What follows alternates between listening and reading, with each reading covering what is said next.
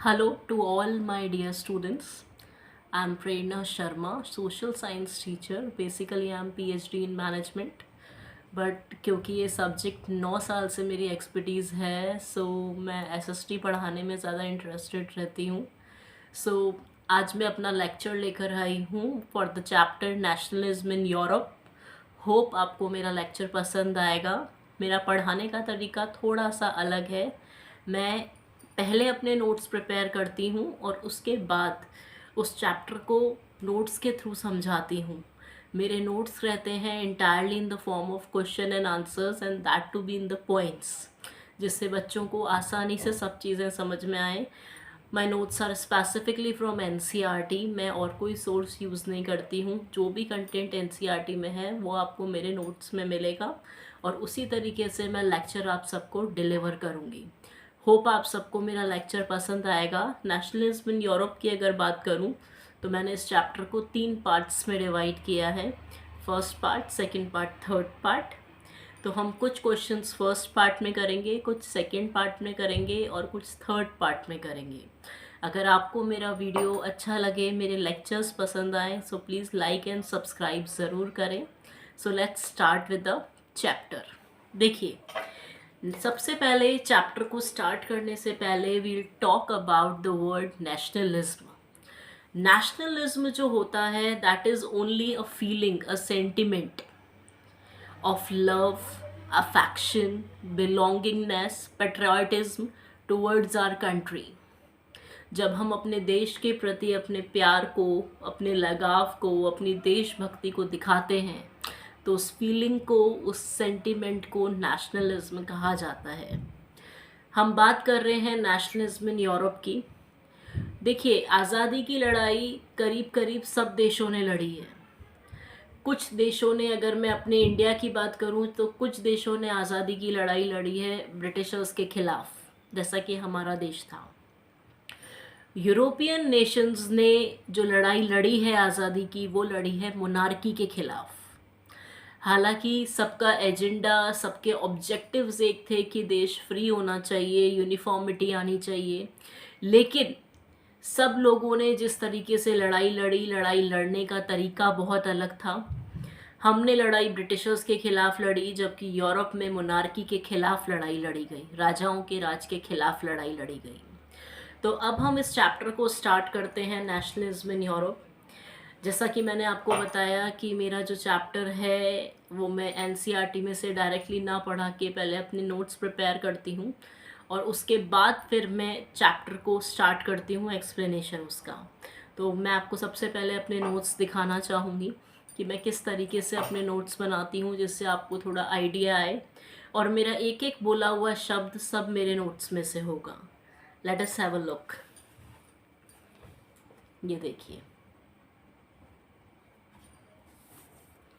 मेरे पूरे चैप्टर्स जो होते हैं वो मेरे नोट्स में से ही होते हैं और सारे नोट्स जो होते हैं वो NCERT के होते हैं.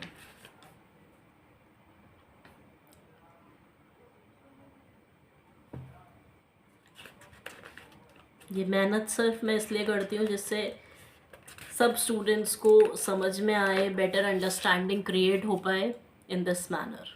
सो let's start with the chapter. देखिए, इस चैप्टर में मेरा जो फर्स्ट क्वेश्चन बन रहा है that is picturisation of Frederic Sorrieu.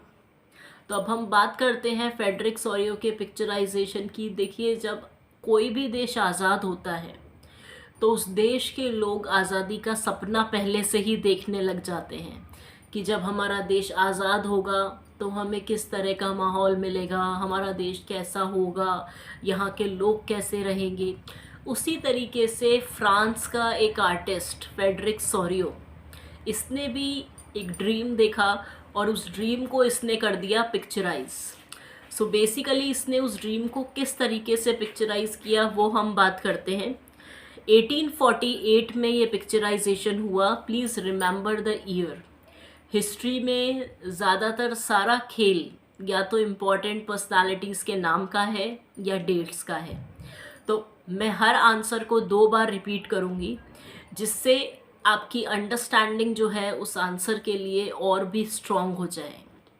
तो जब हम बात करेंगे फ्रेडरिक सोरियो के पिक्चराइजेशन की, तो सबसे पहले आप ईयर याद रखेंगे 1848।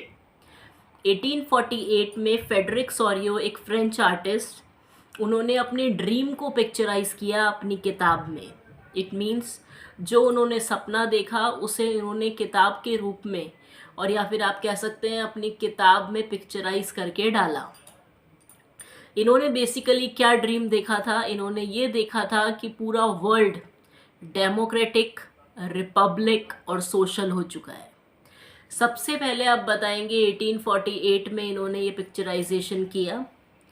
उसके बाद आप बताएंगे कि इन्होंने ड्रीम देखा सोशल, रिपब्लिक और डेमोक्रेटिक वर्ल्ड का, कि हमारा पूरा विश्व सोशल हो चुका है, डेमोक्रेटिक हो चुका है, रिपब्लिक हो चुका है। डेमोक्रेटिक मतलब होता है रूल ऑफ द पीपल, कि वहाँ जनता का राज आ चुका है। उसके बाद अगर मैं बात करूँ सोशल की, तो इट मीन्स सोशल इक्वालिटी देश में आ चुकी है। हर किसी को सोसाइटी में इक्वल नज़र से देखा जा रहा है। और रिपब्लिक मतलब होता है जब हमारे देश का कोई इलेक्टेड हेड होता है, जिसे एक डेफिनेट पीरियड ऑफ टाइम के लिए चुना जाता है, जैसे कि हमारे देश के राष्ट्रपति। उन्हें हर 5 साल में चेंज किया जाता है, तो और उन्हें इलेक्ट किया जाता है। ऐसा नहीं है कि राष्ट्रपति जो होते हैं वो भी डायनेस्टिक सक्सेशन के रूल पे आते हैं, कि पहले दादा बैठे, फिर पापा बैठे, फिर पोता बैठे। ऐसा नहीं होता है। इसीलिए यहाँ देश को रिपब्लिक कहा गया है, कि रिपब्लिक देश ऐसा होता है कि जहाँ कोई personality head of the country बैठती है, but he is also elected for a definite period of time. उसके बाद ये बोला गया कि उनकी जो प्रिंट था, उन्होंने जिस चीज़ को विजुलाइज किया था, वो बेसिकली क्या था कि यूरोप के सारे लोग, सारे एज ग्रुप वाले, सारे सोशल ग्रुप्स के लोग, सब लोग they were marching in a long train. मतलब सारे यूरोपियन नेशंस एक दूसरे के पीछे चल रहे हैं, और उन्हें लीड कर रहे थे 2 देश, United states and Switzerland. Please remember, ये कोई क्वेश्चन कई बार बोर्ड में, सीबीएसई बोर्ड में पूछा जाता है कि फ्रेडरिक सोरियो के पिक्चराइजेशन में जो मार्च हो रही थी, उसे लीड करने वाले नेशंस कौन से थे? So please remember, United states and Switzerland, ये 2 देश थे। बेसिकली क्या कहा गया कि सारे नेशंस जो हैं, they were marching in a long train, सब एक दूसरे के पीछे चल रहे हैं, and they were paying homage to the statue of liberty, और सारे देश अपनी राष्ट्रभक्ति दिखा रहे हैं to the statue of liberty. Then थोड़ा सा डिस्क्रिप्शन हम देंगे स्टैचू ऑफ लिबर्टी का। स्टैचू ऑफ लिबर्टी एक फीमेल फिगर है, जिसके हाथ में टॉर्च ऑफ एनलाइटनमेंट है, और एक हाथ में charter of right of man की किताब है। तो बेसिकली ये एक फीमेल फिगर है स्टैचू ऑफ लिबर्टी, जिसके एक हाथ में टॉर्च ऑफ एनलाइटनमेंट है, जिसे हिंदी में हम मशाल कहते हैं, और दूसरे हाथ में एक किताब है जिसे charter of right of man के नाम से बोला गया है। जिस तरीके से रूल्स और रेगुलेशन की किताबें देश में होती हैं, जिन्हें हम कॉन्स्टिट्यूशन की किताबें कहते हैं, उसी तरह की किताब इस स्टैचू के हाथ में है। तो लोग जब यहाँ से गुजर रहे हैं, सारे यूरोपियन नेशंस, तो they were paying their homage to the statue of liberty. तो आप सबसे पहले 1848 का जिक्र करेंगे। उसके बाद आप बताएंगे कि इसने अपने ड्रीम में ये देखा कि world was made up of social, democratic and Republic. Okay, उसके बाद आप बताएंगे कि इन पिक्चराइजेशन में ये भी देखा गया कि सारे नेशंस, सारे European Nations, they were marching in a long train and they were paying homage to the Statue of Liberty. Then you have to give a bit description about Statue of Liberty within 2 lines. Then you have to tell कि सारे लोग जो थे, they were distinct in a different manner, they were representing their own nations. यहाँ जितने भी लोग मार्च कर रहे थे in a long train, all of them were representing their own nations. Suppose if I talk about Germany, so Germany had their own costumes to wear, and they had their own national flag in their hand, and then in this manner they were representing their country. तो आप ये बता सकते हैं कि सारे European Nations they were getting distinct identity, they got distinct identity by their national costume, or you can say by their national flag. So all the nations were like this, how so many nations were marching there, and each and every nation was carrying their own flag. Apart from this, you can tell about that ये जो पूरा picturisation था ये एक चीज़ को और depict कर रहा था, और वो चीज़ थी नेशन स्टेट। नेशन स्टेट क्या होता है? जब किसी भी देश के रूलर और जनता मिलके एक साथ डिसीजन लेते हैं और उसके बाद इतिहास रचते हैं, तो उसे नेशन स्टेट कहा जाता है। I am again repeating, Frederick Sorio का पूरा पिक्चराइजेशन एक और चीज़ को डिपिक्ट कर रहा था, वो था नेशन स्टेट। नेशन स्टेट वो देश होते हैं जहाँ पर रूलर देश के और जनता दोनों एक साथ मिलके डिसीजन मेकिंग में हिस्सा लेते हैं और इतिहास रचते हैं। उन देशों को कहा जाता है nation state. Apart from this, ये बोला गया कि फ्रांस जो है वो अपने ट्राई कलर से आइडेंटिफाई किया जा रहा था पिक्चराइजेशन में। जर्मनी जो है वो भी अपने फ्लैग से आसानी से रिकॉग्नाइज किया जा रहा था इन दिस पिक्चराइजेशन। जर्मन लोग जो थे वर followed by the people. Germany के जो लोग थे वो चल रहे थे और उनके पीछे पीछे ऑस्ट्रिया, इंग्लैंड, पोलैंड, रशिया और आयरलैंड के लोग भी चल रहे थे। तो आप ये पॉइंट भी लिख सकते हैं कि जर्मनी के पीछे ये देश ऑस्ट्रिया, पोलैंड, आयरलैंड, ये सारे देश चल रहे थे। उसके अलावा ये कहा गया कि इस सीन को ऊपर से देख रहे थे Jesus Christ, then saints and angels. तो आप ये भी बता सकते हैं कि Jesus Christ, saints and angels were gazing upon the scene, this entire scene देख रहे थे वो ऊपर से from the heaven. And this picturization was all about showing fraternity among the nations of the world. और ये पिक्चराइजेशन यही जता रहा था कि किस तरीके से फैटर्निटी आई है among all the nations of the world. Fraternity means भाईचारा, फीलिंग ऑफ ब्रदरहुड।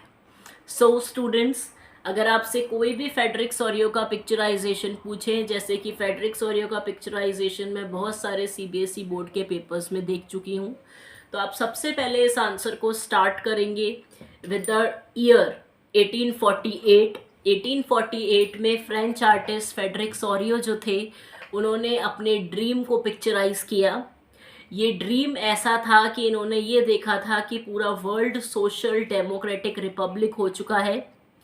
उसके अलावा इन्होंने अपने ड्रीम में ये भी देखा कि सारे यूरोपियन नेशंस, उन नेशंस में रहने वाले सारे सोशल ग्रुप्स और उन सोशल ग्रुप्स में भी सारे एज ग्रुप के लोग, all of them were marching in the long train and they were paying their homage to the Statue of Liberty। वो अपनी देशभक्ति दिखा रहे हैं to the Statue of Liberty। Then you can give a brief description in 2 or 3 lines about Statue of Liberty कि Statue of Liberty एक female figure है। Apart from this you can say कि उसके एक हाथ में टॉर्च ऑफ एनलाइटनमेंट है जिसे हम मशाल कहते हैं, और एक हाथ में charter of right of man की किताब है। Then you can proceed towards your answer. उसके बाद आप ये बता सकते हैं कि इस पूरे पिक्चराइजेशन में नेशंस जो हैं वो अपनी नेशनल कॉस्ट्यूम्स में या फिर उन नेशनल फ्लैग को पकड़े हुए आराम से डिस्टिंग्विश हो रहे हैं, या फिर हम ये कह सकते हैं कि हर नेशन को रिकॉग्नाइज किया जा सकता था with their national costume and that to be with their national flag. उसके बाद आप ये बताएंगे कि ये पूरा पिक्चराइजेशन डिपिक्ट कर रहा है नेशन स्टेट को। नेशन स्टेट वो देश होते हैं जहाँ पर रूलर देश के और जनता दोनों मिलकर डिसीजन मेकिंग में हिस्सा लेती है और एक इतिहास रचती है।